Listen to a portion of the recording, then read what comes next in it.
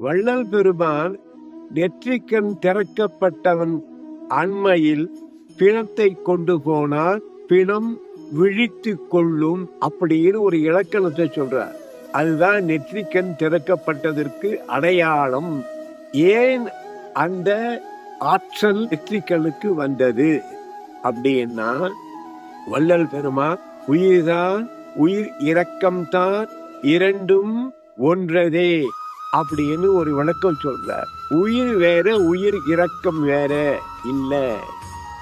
எனவே அந்த எல்லையில்லாத இரக்கம் உடைய ஒருவனுக்கு இயல்பாக மூன்றாவது கண் திறந்துவிடும்.